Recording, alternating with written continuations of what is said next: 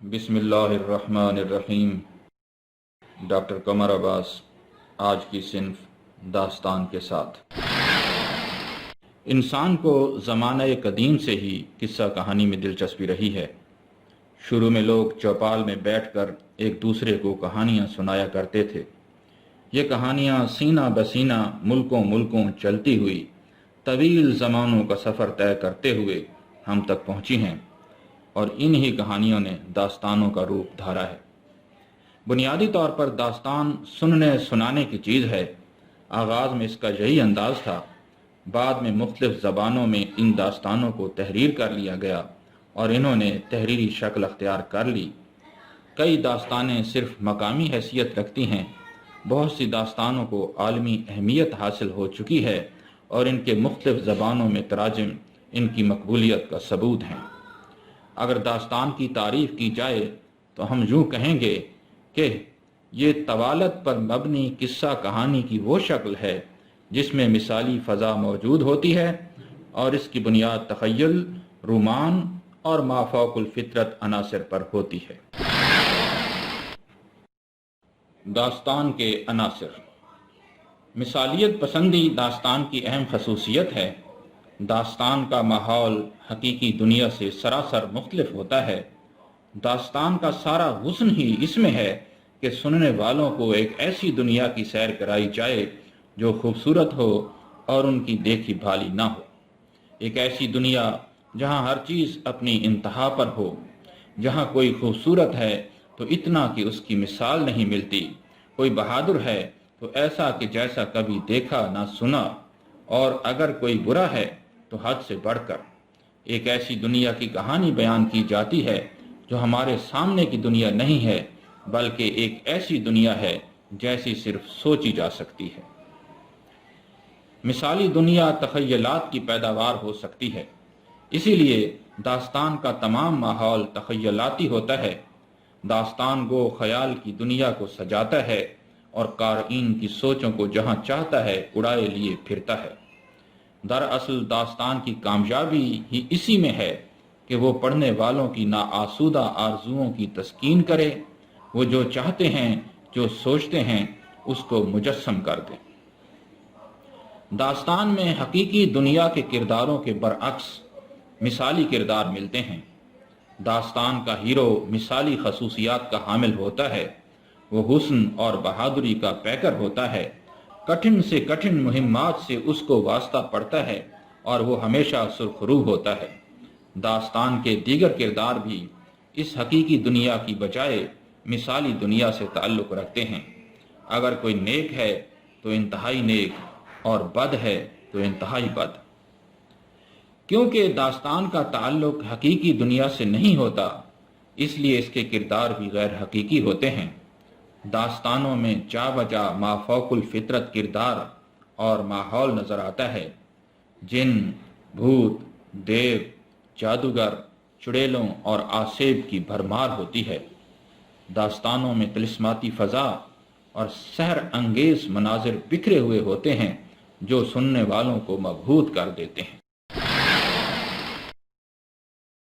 क़ारीन की दिलचस्पी कायम रखने के लिए दास्तानों में हैरत का उनसर शामिल किया जाता है। उनको ऐसी दुनियाओं की सैर कराई जाती है कि जिनको देखकर वो हैरत ज़दा रह जाते हैं। ऐसे वाक़यात और मनाजिर उनको देखने को मिलते हैं जिनमें तहय्युर और इस्तेजाब अपनी इंतहा पर होता है।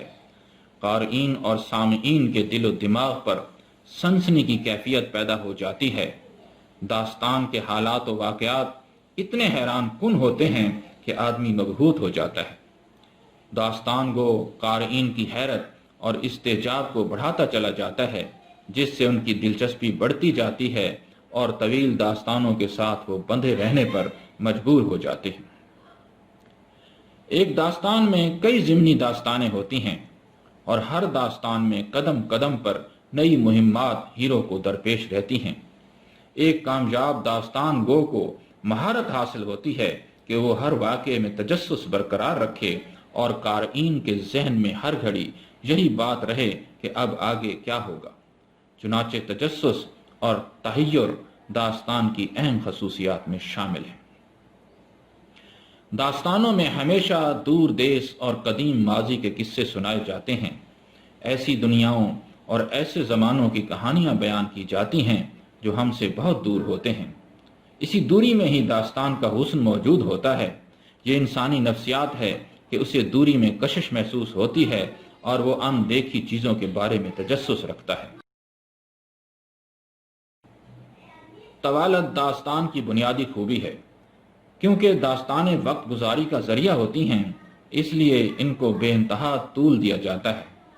داستان کو خصوصی حربے استعمال کرتا ہے تاکہ وہ قارئین کی دلچسپی کو برقرار رکھے اور وہ تقاضا کریں کہ داستان کو طول دیا جائے۔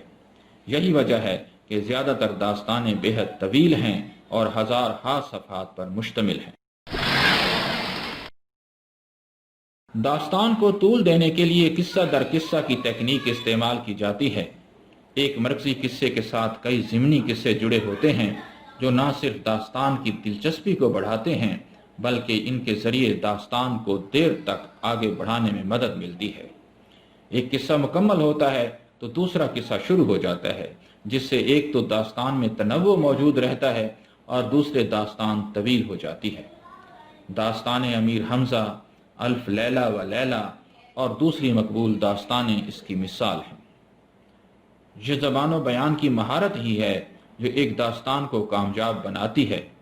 داستان گو اس فن میں جس قدر مہارت رکھتا ہوگا اتنا ہی وہ داستان کو خوبصورت انداز میں بیان کرے گا۔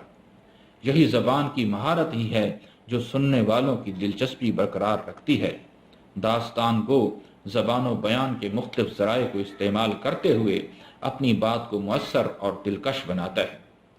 یہی وجہ ہے کہ داستانوں کی زبان میں اکثر رنگینی موجود ہوتی ہے، تشبیہات و استعارات کا استعمال کیا جاتا ہے، مقفع و مسجع نثر استعمال کی جاتی ہے اور دیگر شاعرانہ ذرائع کا استعمال کیا جاتا ہے۔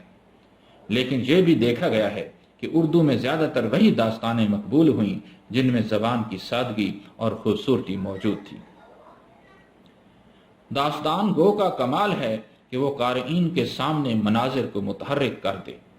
وہ نہ صرف مناظر کو پڑھ رہے ہوں بلکہ انہیں دیکھ بھی رہے ہوں۔ داستان میں مثالی فضا اور ماحول موجود ہوتا ہے، اس لیے مناظر میں بھی یہی فضا برقرار رکھی جاتی ہے۔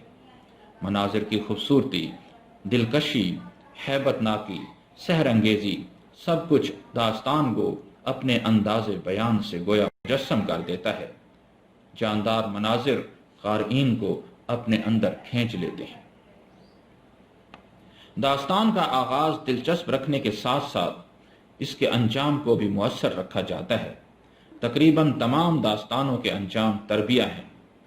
اختتام پر ہمیشہ ہیرو فتح یاب ہوتا ہے اور اس کی مراد پوری ہوتی ہے۔